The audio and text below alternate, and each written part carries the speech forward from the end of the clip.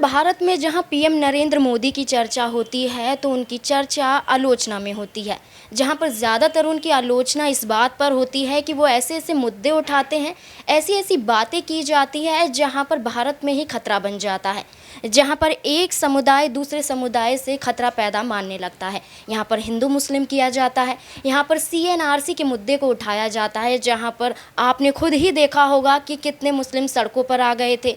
कितने मुस्लिम की ही बात ना की जाए, यहाँ पर काफ़ी ऐसे थे जो सड़कों पर आ गए थे, जिन्होंने इस एक्ट का विरोध किया था और किस तरह से लगातार कड़ाके की ठंड में भी बैठे रहे थे। यहाँ पर आप वो मुद्दा देख लीजिए जहाँ पर दंगे भड़काए गए थे। यहाँ पर सिर्फ और सिर्फ इन्हीं चीज़ों का नाम आता है जहाँ पर एक हिंदू राष्ट्रवाद बनाने की बात की जाती है।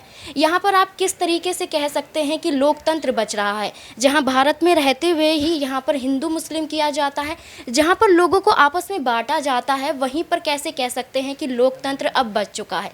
लोकतंत्र कहीं ना कहीं खतरे में आ रहा है और इसी को बचाने की होड़ में जनता लगातार लगी भी रहती है। देखा जाता है यहाँ पर काफ़ी ऐसे लोग हैं जो चाहते हैं कि ऐसे मुद्दे ना उठे, ऐसी बातें ना हो और ऐसे विषयों को ना लाया जाए जहाँ पर भारत पर ही खतरा बन जाए और उसकी छवि खराब हो जाए।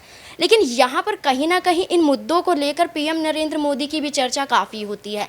लेकिन यहाँ पर आपको बता दें कि उनकी चर्चा अब इस बात को लेकर नहीं हो रही है, उनकी चर्चा हो रही है उनको नोबेल शांति पुरस्कार दिया जाएगा, इसको लेकर हो रही है। आपको बता दें कि यहाँ पर नोबेल शांति पुरस्कार उस विषय में दिया जाता है जहाँ पर आप एक देश में शांति बना के रखना चाहते हैं, जहाँ की सैन्य ताकत अच्छी होती है, जहाँ पर उनको अच्छा किया जाता है, जहाँ पर आपका देश काफ़ी एक ताकतवर देश के रूप में दिखाई देता है। हाँ जी, ताकतवर देश के रूप में हमारा भारत दिखाई देता है, लेकिन जहाँ पर पीएम नरेंद्र मोदी की बात आती है वहाँ पर नोबेल शांति पुरस्कार सिर्फ उनको ही देना कि इस बात पर कि उन्होंने देश में अच्छी ताकत हासिल कर रखी है, तो ये कहना सरासर गलत होगा।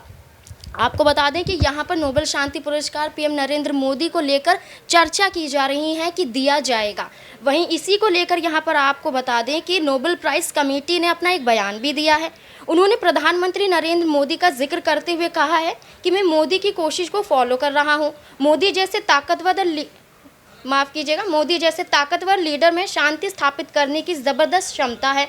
कहाँ आपको लगता है कि शांति स्थापित करने की ज़बरदस्त क्षमता है, जहाँ पर अपने ही देश में इतने युद्ध देखने को मिलते हैं। आप कहीं और मत जाइए, यहाँ पर इतने घमासान देखने को मिलता है, यहाँ पर हिंदू मुस्लिम किया जाता है, तो क्या ऐसे में यहाँ पर ज़बरदस्त क्षमता है कि वो एक ताकतवर हैं। माफ़ कीजिएगा, कहा है उन्होंने आगे कि पीएम मोदी बहुत ताकतवर देश से आते हैं। ये बिल्कुल सही है, उन्हें बहुत ही गंभीरता से लिया जाता है, उनके भीतर बेहद विश्वसनीयता है। वे अपनी विश्वसनीयता और स्ट्रेंथ का इस्तेमाल इस भयावह युद्ध को रोकने में करेंगे।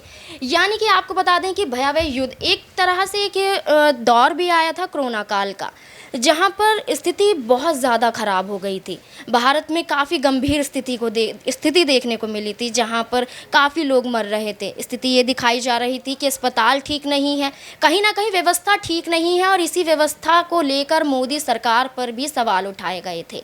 तो बहुत से ऐसे मुद्दे हैं, यहाँ पर मैंने आपको एक दो ही मुद्दे बताए हैं। यहाँ पर ऐसे काफ़ी मुद्दे हैं जिसको लेकर उन पर आरोप लगाए जाते रहे हैं और कहा जाता रहा है कि लोकतंत्र अब खतरे में आ चुका है, कहीं ना कहीं वहाँ पर राजतंत्र की कोशिश की जा रही है। तो ऐसे में नोबेल शांति पुरस्कार पीएम नरेंद्र मोदी के नाम करना कहीं ना कहीं मुझे तो गलत लगता है। लेकिन आपको क्या लगता है, क्या उन्हें मिलना चाहिए, क्या वो इस पुरस्कार के हकदार हैं? आप कमेंट बॉक्स में ज़रूर बताएं। नमस्कार।